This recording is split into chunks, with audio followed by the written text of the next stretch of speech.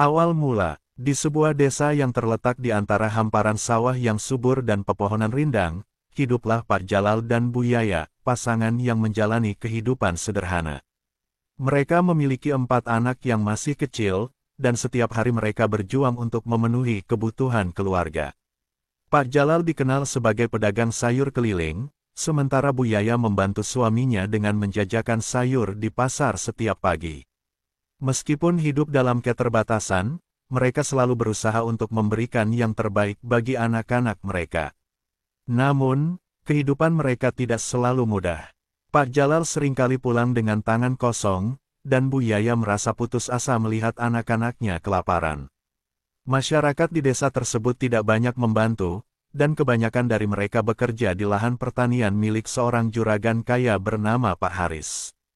Pak Haris adalah sosok yang sangat dihormati di desa, tetapi ia dikenal sebagai orang yang pelit dan tidak mau berbagi dengan orang lain. Suatu hari, saat sedang berjualan di pasar, Pak Jalal mendengar desas-desus tentang seorang dukun misterius yang tinggal tidak jauh dari desa. Dukun itu konon memiliki kekuatan untuk mengubah nasib seseorang hanya dalam sekejap. Rasa penasaran menggelayuti hati Pak Jalal. Ia pulang dengan pikiran yang penuh harapan, dan berbagi cerita dengan Bu Yaya. "Bu, bagaimana kalau kita menemui dukun itu? Mungkin dia bisa membantu kita keluar dari semua kesulitan ini," ujar Pak Jalal dengan semangat.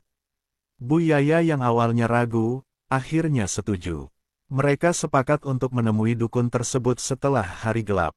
Malam itu, mereka berangkat dengan hati berdebar, membawa harapan dan ketakutan dalam diri mereka.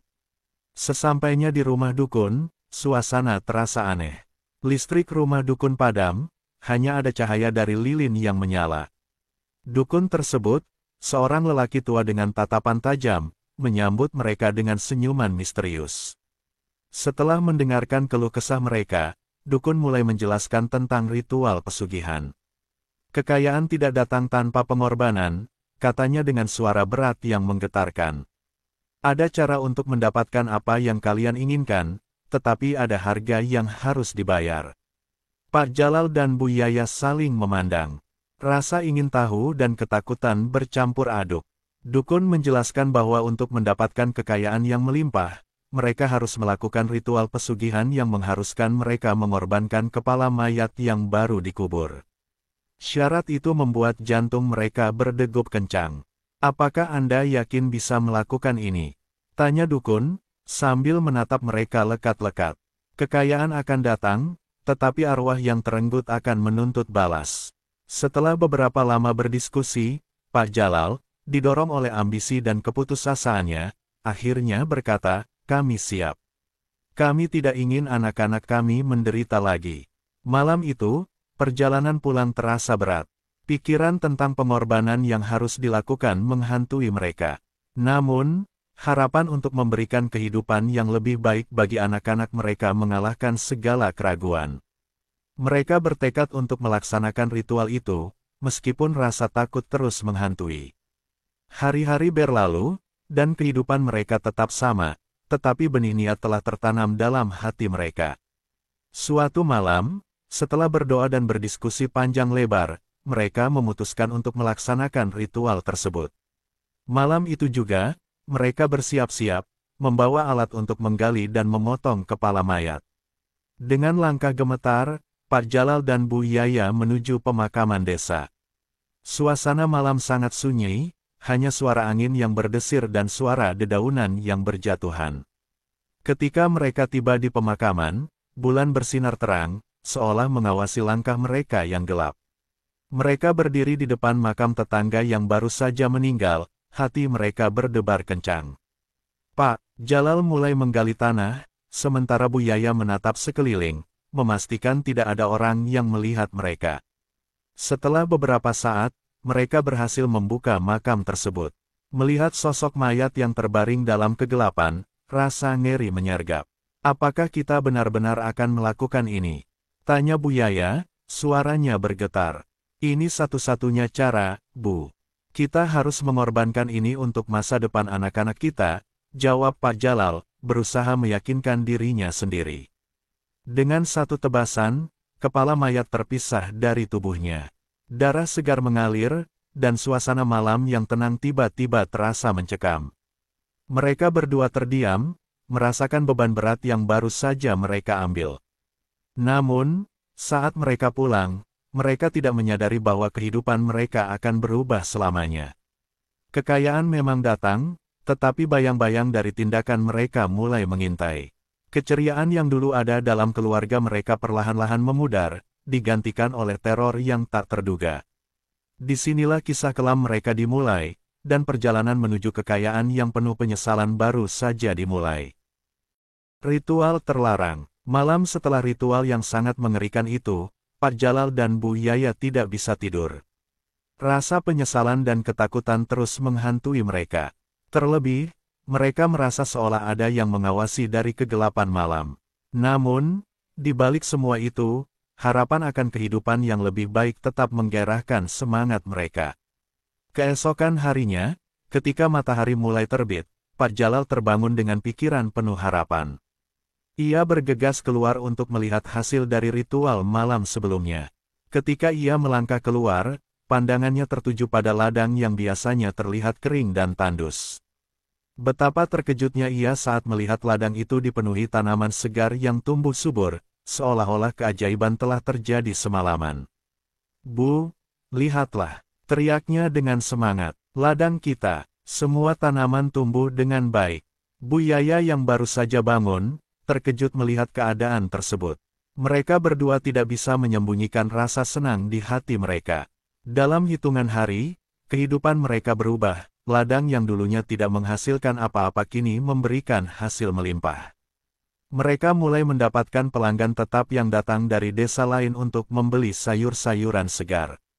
Kekayaan mulai mengalir ke dalam kehidupan mereka. Mereka membeli peralatan pertanian yang lebih baik dan menyewa lebih banyak pekerja, menjadikan ladang mereka salah satu yang terbaik di desa. Namun, di balik semua kesuksesan ini, gelombang ketakutan dan rasa bersalah terus menghantui mereka. Malam-malam setelah ritual, kedamaian yang sebelumnya mereka rasakan tergantikan oleh suara-suara aneh dan bisikan yang tidak bisa dijelaskan. Suara-suara itu semakin sering terdengar, terutama saat tengah malam. Bu Yaya sering terbangun dengan keringat dingin, merasa seolah ada sosok yang mengawasi mereka dari sudut gelap kamar. Setiap kali ia membangunkan Pak Jalal untuk membicarakan ketakutannya, suaminya hanya menanggapi dengan sikap skeptis. "Semua ini hanya imajinasimu, Bu. Kita harus fokus pada kekayaan yang kita dapatkan," ujarnya, berusaha meyakinkan istrinya. Namun, Bu Yaya tidak bisa menutupi ketakutannya. Ia merasa ada sesuatu yang salah, dan setiap suara yang terdengar seperti jeritan kesakitan, mengingatkan pada tindakan yang telah mereka lakukan. Untuk mengalihkan perhatian, mereka memutuskan untuk merayakan kesuksesan baru mereka dengan mengadakan pesta kecil di rumah, mengundang beberapa tetangga dan teman-teman dekat. Pesta itu berlangsung meriah, dengan makanan melimpah dan tawa anak-anak. Namun, saat malam semakin larut, suasana berubah. Salah satu tetangga, Pak Budi, yang terlihat ceria tiba-tiba terdiam dan menatap kosong ke arah pintu. Semua orang mengikuti tatapannya, dan mereka melihat sosok bayangan berwarna putih berdiri di luar rumah. "Siapa itu?" tanya seorang tamu dengan suara gemetar. Pak Jalal berusaha tenang dan menjawab, "Mungkin hanya permainan bayangan. Jangan khawatir." Tetapi ketika sosok itu mulai mendekat, semua orang terdiam. Bayangan itu semakin jelas, dan mereka bisa melihat wajahnya, wajah seorang wanita yang tampak sangat familiar. Ternyata itu adalah sosok tetangga mereka yang baru saja meninggal, yang makamnya mereka gali malam itu. Kejadian itu membuat suasana pesta berubah mencekam. Semua orang mulai merasa tidak nyaman. Beberapa tamu pergi tanpa menyelesaikan makanan mereka, dan suasana kebahagiaan yang semula ada kini berganti dengan ketegangan. Pak Jalal dan Bu Yaya saling berpandangan, dan saat itu mereka menyadari bahwa tindakan mereka mungkin telah membangkitkan arwah yang terenggut. Di malam-malam berikutnya, teror semakin menjadi-jadi. Suara jeritan dan tangisan sering terdengar dari dalam rumah, dan anak-anak mereka mulai terbangun di tengah malam, ketakutan. Bu Yaya tidak bisa lagi mengabaikan perasaan aneh ini. Ia merindukan kedamaian yang dulu dan merasa bersalah atas apa yang telah mereka lakukan. Suatu malam, ketika Pak Jalal pulang larut setelah bekerja di ladang, ia menemukan Bu Yaya duduk di tepi tempat tidur, menangis. Ia bertanya, "Ada apa, Bu? Kenapa kamu menangis?" "Jalal, aku merasa kita telah melakukan sesuatu yang salah. Arwah-arwah itu tidak akan membiarkan kita hidup tenang," jawab Bu Yaya. Pak Jalal merasakan ketakutan yang sama, tetapi ia berusaha menenangkan istrinya. "Kita sudah kaya sekarang, kita bisa memberikan segalanya untuk anak-anak kita. Itu yang terpenting." Namun, semakin lama, perasaan bersalah mulai membuatnya gelisah. Suatu malam, saat ia tidur, ia bermimpi buruk. Dalam mimpinya, ia melihat wajah-wajah arwah yang mereka korbankan, mengerikan dan penuh kemarahan. Mereka menuntut keadilan dan menginginkan balas dendam. Pak Jalal terbangun dengan teriak, seluruh tubuhnya berkeringat dingin. Keesokan harinya, ia menceritakan mimpinya kepada Bu Yaya. "Aku merasa kita tidak akan bisa menghindar dari konsekuensi ini. Mereka tidak akan membiarkan kita hidup dengan tenang," katanya dengan nada cemas. Bu Yaya mengangguk, merasakan hal yang sama. Mereka berdua mulai mencari cara untuk menebus kesalahan mereka, tetapi jalan keluar tidak kunjung terlihat. Ketika mereka berusaha untuk melanjutkan hidup, teror dari arwah-arwah yang mereka sakiti terus mengintai, seolah mengingatkan mereka akan harga dari ambisi yang tidak terkontrol. Keadaan semakin memburuk ketika berita mengejutkan muncul di desa. Beberapa penduduk desa ditemukan tewas dengan cara yang mengerikan, dan semua orang mulai mencurigai satu sama lain. Ketegangan di antara warga desa meningkat, dan Pak Jalal dan Bu Yaya merasa terjebak dalam lingkaran kegelapan yang mereka ciptakan sendiri.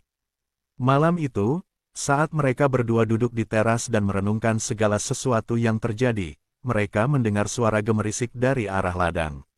Suara itu semakin keras, seolah ada sesuatu yang bergerak di antara tanaman. Dengan perasaan cemas, mereka memutuskan untuk memeriksa. Ketika mereka tiba di ladang, kegelapan menyelimuti sekitar, dan suasana terasa aneh.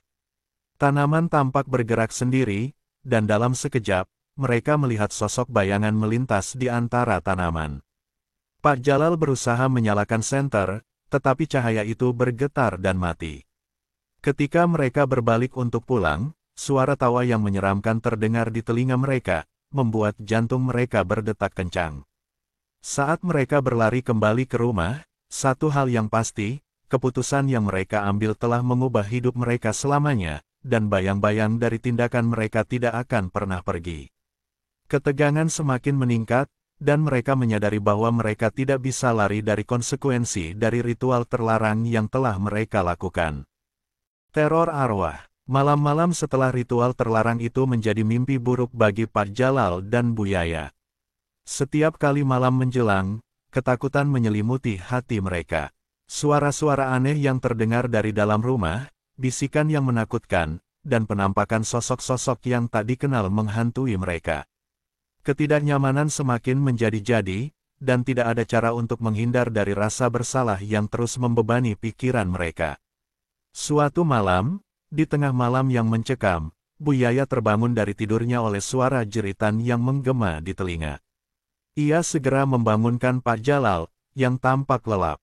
"Jalal, bangun, aku mendengar suara jeritan," teriaknya dengan panik. Pak Jalal, masih setengah tertidur, mencoba menenangkan istrinya. "Itu hanya imajinasimu, Bu. Mungkin hanya suara angin," ujarnya, meskipun hatinya sendiri meragukan kata-katanya. Namun, saat ia berusaha kembali tidur, suara jeritan itu semakin jelas dan mendekat. Suara itu seperti berasal dari luar rumah, membuat jantungnya berdegup kencang. Dengan rasa takut yang menggelayuti, Pak Jalal memberanikan diri untuk memeriksa. Ia membuka pintu dan melangkah keluar. Malam itu gelap gulita, hanya diterangi cahaya bulan yang samar. Suasana sepi, tetapi suara jeritan itu semakin keras. Dengan langkah ragu, ia mengikuti suara tersebut ke arah ladang. Di tengah ladang, Pak Jalal melihat sosok bayangan berdiri di antara tanaman. Ketika sosok itu berbalik, ia terkejut melihat wajahnya.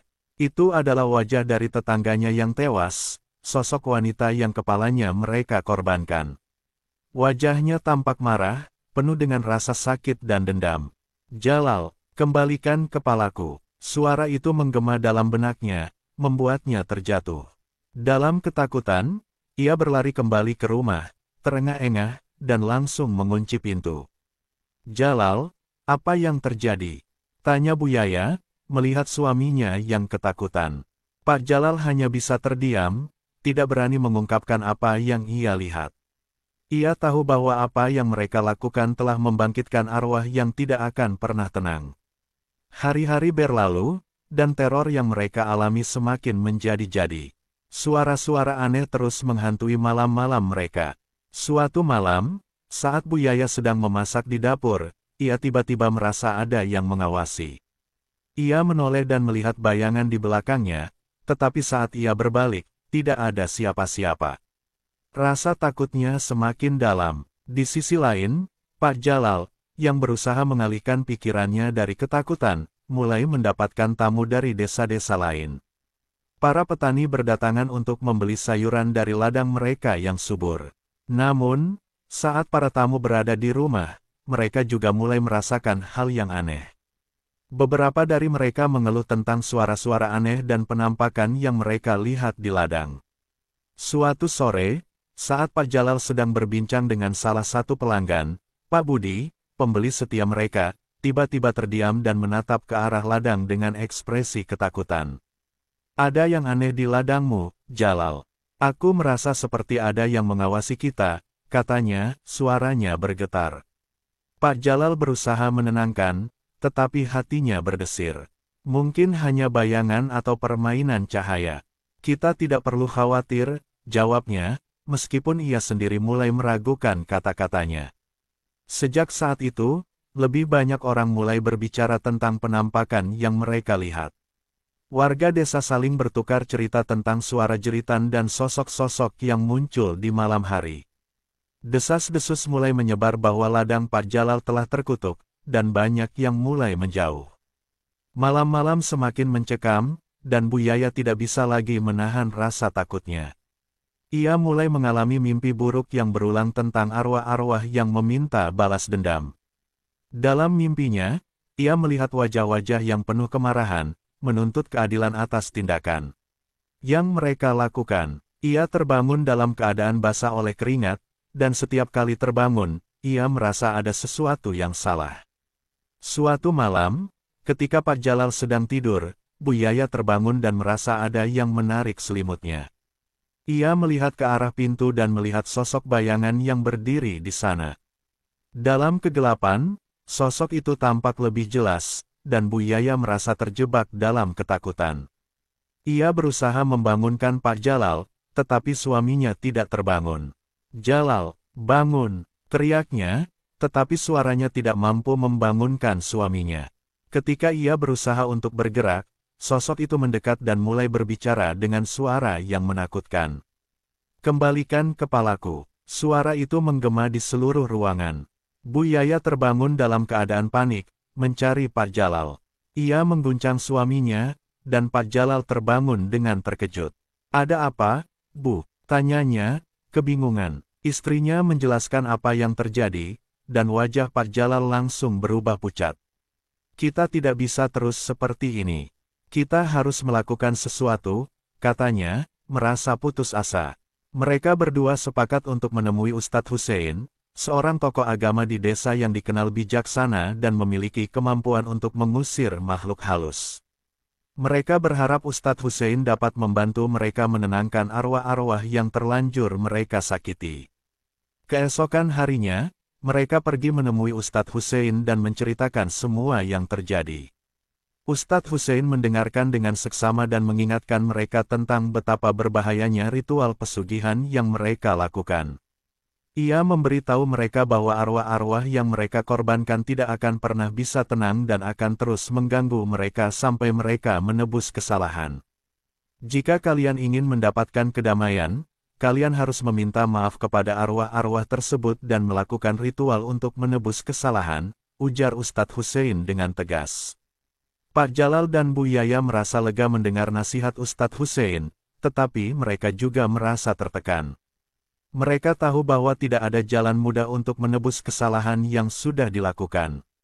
Mereka harus menghadapi konsekuensi dari tindakan mereka dan berjuang untuk mendapatkan kembali kedamaian yang telah hilang.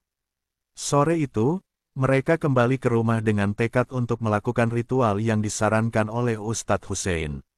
Namun, saat mereka sampai di rumah, suasana terasa aneh. Angin bertiup kencang, dan suara-suara aneh kembali terdengar. Mereka merasakan kehadiran sosok-sosok yang mengintai di sekitar mereka. Malam itu, saat mereka bersiap-siap untuk melakukan ritual, suara jeritan kembali menggema di telinga mereka. Pak Jalal dan Bu Yaya saling memandang dengan ketakutan. Mereka tahu bahwa arwah-arwah yang mereka sakiti tidak akan membiarkan mereka pergi begitu saja. Ketegangan semakin meningkat saat mereka menyadari bahwa mereka harus segera bertindak sebelum semuanya terlambat. Dengan hati yang berat, mereka mulai mempersiapkan segala sesuatu untuk ritual permohonan maaf. Namun, mereka tidak tahu bahwa teror yang mereka hadapi baru saja dimulai. Arwah-arwah yang mereka sakiti semakin mendekat, siap untuk menuntut balas atas kekejaman yang telah mereka lakukan. Pembongkaran rahasia. Pagi itu, Pak Jalal dan Bu Yaya terbangun dengan rasa cemas yang mendalam. Meskipun mereka telah bertekad untuk menebus kesalahan dan meminta maaf kepada arwah-arwah yang mereka sakiti, bayang-bayang ketakutan masih menghantui pikiran mereka. Suara-suara aneh dan penampakan sosok-sosok menyeramkan terus mengganggu malam-malam mereka, dan mereka merasa waktu tidak berpihak pada mereka. Setelah berunding dengan Ustadz Hussein, mereka sepakat untuk melakukan ritual permohonan maaf di pemakaman, di mana mereka melakukan tindakan terlarang itu. Mereka ingin mengembalikan kepala yang telah mereka korbankan dan meminta maaf kepada arwah-arwah yang telah mereka sakiti. Dalam hati, mereka berharap agar arwah-arwah tersebut mau memaafkan mereka dan memberikan kedamaian kembali. Hari itu, mereka pergi ke pemakaman dengan membawa bunga dan makanan sebagai persembahan. Suasana terasa suram, dan sinar matahari tidak bisa menembus awan gelap yang menyelimuti langit. Ketika mereka tiba di makam yang mereka gali malam itu, rasa takut kembali menyergap. Namun, mereka harus melanjutkan ritual ini demi mendapatkan kedamaian. Dengan hati yang penuh penyesalan, Pak Jalal mulai menggali tanah di sekitar makam. Sementara Bu Yaya berdoa, berharap agar arwah-arwah yang terkurung di dunia ini mau mendengarkan permohonan mereka. Saat tanah mulai terangkat, suasana semakin mencekam. Keringat dingin mengalir di dahi mereka, dan angin bertiup kencang, seolah mengingatkan mereka akan kesalahan yang telah mereka buat. Setelah beberapa saat menggali, mereka menemukan peti mati yang terpendam di dalam tanah. Dengan hati-hati, mereka membuka peti tersebut dan menemukan tubuh yang masih utuh. Namun, saat mereka melihat lebih dekat, wajah mayat itu tampak mengerikan, seolah terperangkap dalam kemarahan dan kesedihan. "Maafkan kami," bisik Bu Yaya, air matanya menetes. "Kami tidak seharusnya melakukan ini." Pak Jalal mengambil kepala mayat tersebut yang terpisah dari tubuhnya dan menempatkannya kembali dengan hati-hati. Mereka meletakkan bunga dan makanan di dekat makam sebagai tanda permohonan maaf. Namun, saat mereka melakukan ritual tersebut, suara-suara aneh mulai terdengar di sekitar mereka, membisikkan kata-kata yang tidak bisa mereka mengerti. Tiba-tiba, sosok-sosok bayangan muncul di sekitar mereka, menampakkan diri dalam bentuk arwah yang marah. Wajah-wajah mereka penuh kemarahan dan penderitaan, membuat Pak Jalal dan Bu Yaya terkejut. Mereka merasa seolah-olah ditarik ke dalam kegelapan yang dalam. "Kenapa kalian melakukan ini?" Suara mereka menggema, menuntut keadilan. "Kami tidak akan membiarkan kalian pergi dengan tenang." Pak Jalal dan Bu Yaya terjatuh, ketakutan. Mereka tidak tahu apa yang harus dilakukan. Dalam keadaan putus asa, Pak Jalal berteriak, "Kami minta maaf. Kami tidak tahu apa yang kami lakukan. Tolong, maafkan kami." Arwah-arwah itu semakin mendekat, dan rasa takut semakin dalam. Mereka berusaha untuk bangkit dan melarikan diri, tetapi kegelapan seolah menghalangi langkah mereka. Saat itulah, Ustadz Hussein tiba di lokasi. Dengan cepat, ia membaca doa dan melangkah maju untuk melindungi mereka. Dengarkan suara ini, wahai arwah yang terkurung, suara Ustadz Hussein menggema, menembus kegelapan. Kami datang dengan niat baik. Kami meminta maaf atas kesalahan yang telah dilakukan. Biarkan mereka pergi. Saat Ustadz Hussein melanjutkan doanya, sosok-sosok bayangan itu mulai menghilang satu persatu. Namun, suasana tetap tegang, dan Pak Jalal serta Bu Yaya merasakan bahwa mereka belum sepenuhnya aman. Setelah ritual selesai, Ustadz Hussein menatap mereka dengan serius. Ini bukan akhir dari semua ini. Kalian harus bertanggung jawab atas tindakan kalian. Arwah-arwah yang telah kalian sakiti masih menginginkan keadilan. Katanya tegas, kalian harus mencari cara untuk menebus kesalahan ini. Perasaan penyesalan yang mendalam menyelimuti hati Pak Jalal dan Bu Yaya. Mereka tahu bahwa mereka harus melakukan lebih dari sekadar permohonan maaf untuk mendapatkan kedamaian. Beberapa hari kemudian, berita mengejutkan datang dari desa. Beberapa penduduk desa ditemukan tewas dalam keadaan yang mengerikan. Semua orang mulai curiga dan saling menuduh, dan ketegangan di antara warga desa semakin meningkat. Pak Jalal dan Bu Yaya merasakan bahwa ketakutan mereka semakin mendalam. Malam itu, saat mereka berdua duduk di teras rumah, suasana terasa aneh. Angin bertiup kencang, dan mereka mendengar suara-suara aneh dari ladang. Tiba-tiba, sosok nenek bongkok muncul di depan mereka, wajahnya penuh dengan kemarahan. "Kenapa kalian tidak menepati janji?" Sosok itu berteriak, suaranya menggema dalam kegelapan. "Kami tidak akan membiarkan kalian pergi." Pak Jalal dan Bu Yaya berusaha untuk tenang, tetapi ketakutan mereka semakin meluap. Mereka merasa terjebak dalam jaring kesalahan yang mereka ciptakan. Dalam keadaan putus asa, mereka berlari ke dalam rumah dan mengunci pintu, tetapi ketakutan itu tidak hilang.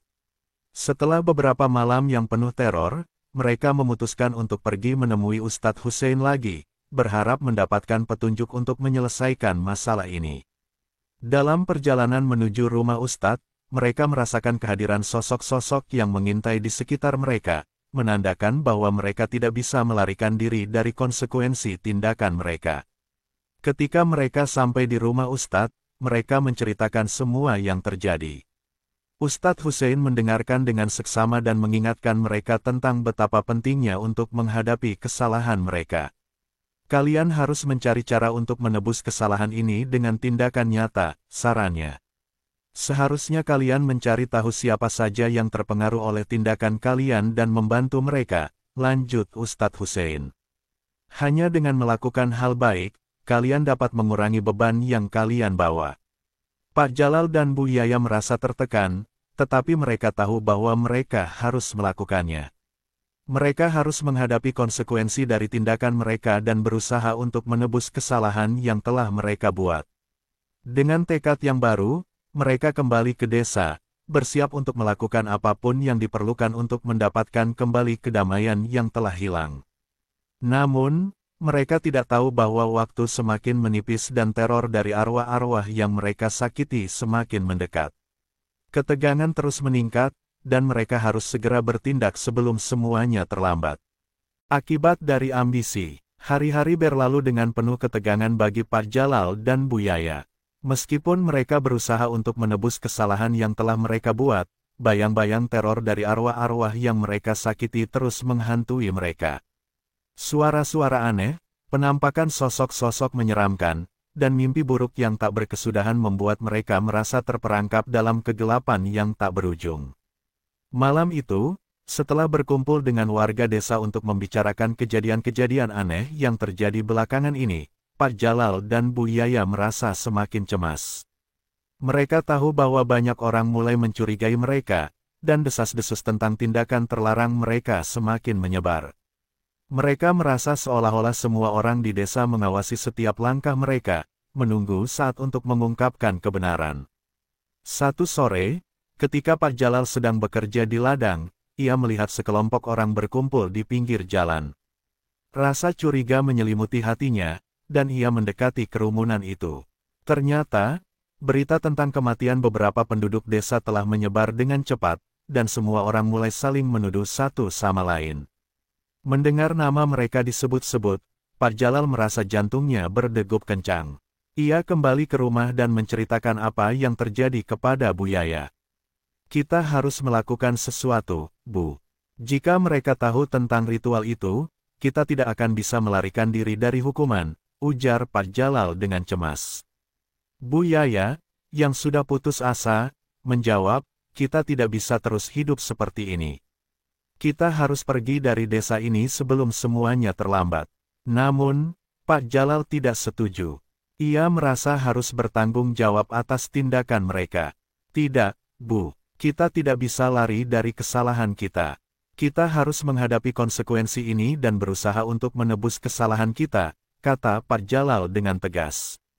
Malam itu, ketika mereka berbaring di tempat tidur, suara-suara aneh kembali terdengar. Jeritan dan tangisan seolah-olah datang dari dalam rumah, membuat mereka terbangun dalam keadaan ketakutan. Bu Yaya menggenggam tangan suaminya, berusaha menenangkan diri. Kita harus segera melakukan ritual untuk meminta maaf, ujarnya. Mereka memutuskan untuk kembali menemui Ustadz Hussein keesokan harinya, berharap mendapatkan bimbingan lebih lanjut. Saat mereka sampai di rumah Ustadz, suasana terasa tegang. Ustadz Hussein tampak khawatir dan segera mengajak mereka masuk. Setelah mendengarkan keluhan mereka, Ustadz Hussein berkata, kalian harus segera melakukan tindakan nyata untuk menebus kesalahan. Arwah-arwah itu tidak akan membiarkan kalian pergi dengan mudah. Kalian harus mencari tahu siapa saja yang terkena dampak dari tindakan kalian. Siapa yang harus kami bantu? Tanya Pak Jalal, merasa bingung. Banyak keluarga yang kehilangan anggota mereka. Kalian harus mencari orang-orang yang kehilangan sanak saudara dan membantu mereka, jawab Ustadz Hussein. Hanya dengan memberikan bantuan dan menebus kesalahan, kalian mungkin bisa mendapatkan pengampunan dari arwah-arwah tersebut. Dengan tekad baru, Pak Jalal dan Bu Yaya mulai mencari keluarga-keluarga yang terkena dampak. Mereka mengunjungi rumah-rumah di desa, menawarkan bantuan dan meminta maaf atas apa yang telah terjadi. Beberapa orang menerima mereka dengan keraguan, tetapi ada juga yang merasa terharu melihat ketulusan mereka. Namun, meskipun mereka berusaha melakukan hal yang benar, teror terus menghantui mereka. Malam demi malam, suara jeritan dan bisikan semakin mendekat, seolah mengingatkan mereka bahwa waktu semakin menipis. Mereka merasa seolah-olah arwah-arwah itu semakin marah, dan ketegangan di antara warga desa semakin meningkat. Suatu malam, saat mereka sedang bersiap-siap untuk tidur, tiba-tiba terdengar ketukan keras di pintu. Bu Yaya merasa sangat ketakutan dan berbisik kepada suaminya, siapa itu? Pak Jalal mencoba untuk tenang dan membuka pintu. Di luar, mereka menemukan sosok nenek bongkok yang pernah muncul sebelumnya. Wajahnya penuh kemarahan, dan ia menatap mereka dengan tajam. Kalian tidak akan bisa melarikan diri dari apa yang telah kalian lakukan. Teriaknya dengan suara serak. Pak Jalal berusaha menjelaskan, tetapi sosok itu mengabaikan perkataannya.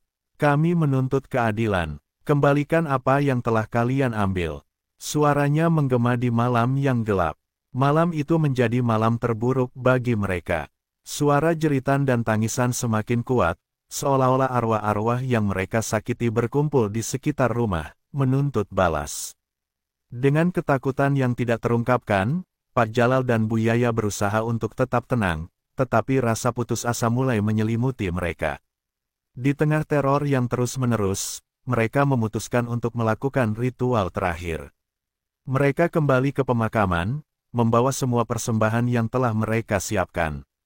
Mereka mengatur semuanya dengan penuh harapan agar arwah-arwah yang mereka sakiti mau mendengarkan permohonan maaf mereka.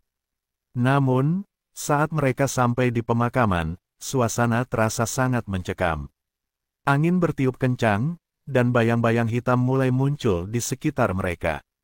Pak Jalal dan Bu Yaya saling berpandangan, tetapi mereka tahu bahwa mereka tidak bisa mundur. Mereka mulai membaca doa dan memohon kepada arwah-arwah yang terkurung. Kami minta maaf atas kesalahan kami. Kami tidak tahu apa yang kami lakukan. Kami ingin memperbaiki semuanya, teriak Pak Jalal dengan suara penuh penyesalan. Saat mereka melanjutkan ritual, suara jeritan semakin mendekat. Arwah-arwah itu muncul dalam bentuk sosok-sosok yang menakutkan, wajah mereka penuh dengan kemarahan. Mereka merasa terjebak dalam kegelapan yang dalam, dan ketakutan semakin meluap. Ketika arwah-arwah itu mendekat, Pak Jalal dan Bu Yaya merasakan bahwa harapan mereka semakin tipis. Dalam keadaan putus asa, mereka meminta ampunan dengan sepenuh hati. "Tolong, kami mohon, maafkan kami," teriak Bu Yaya, air matanya mengalir. Namun, tidak ada jawaban. Mereka merasakan tekanan yang semakin berat, seolah-olah arwah-arwah itu tidak ingin memberikan pengampunan. Dalam kegelapan yang semakin pekat, mereka tahu bahwa mereka tidak bisa melarikan diri dari konsekuensi dari tindakan mereka. Saat itulah, teror mencapai puncaknya. Dalam sekejap, kegelapan mengelilingi mereka, dan mereka merasakan dorongan kuat yang membuat mereka terjatuh.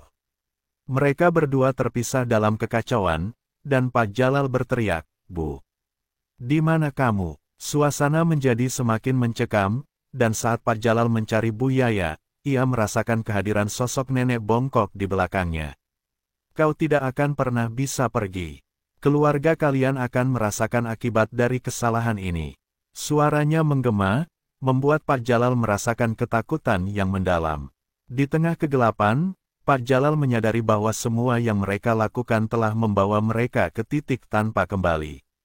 Mereka telah terjebak dalam lingkaran kesalahan yang tidak bisa dihindari, dan saat semuanya berakhir, mereka harus membayar harga yang sangat mahal. Keesokan harinya, berita mengejutkan datang. Mobil yang membawa Pak Jalal dan Bu Yaya mengalami kecelakaan tragis saat mereka berusaha melarikan diri dari desa. Mobil mereka terperosok ke jurang dan meledak, mengakhiri semua harapan untuk mendapatkan kembali kedamaian. Kini, rumah mereka terbengkalai, menjadi saksi bisu dari ambisi dan keserakahan yang telah menghancurkan kehidupan mereka. Konon, di malam hari, sosok keluarga Pak Jalal sering terlihat berkeliaran di sekitar rumah, terus mencari pengampunan yang tidak pernah mereka dapatkan.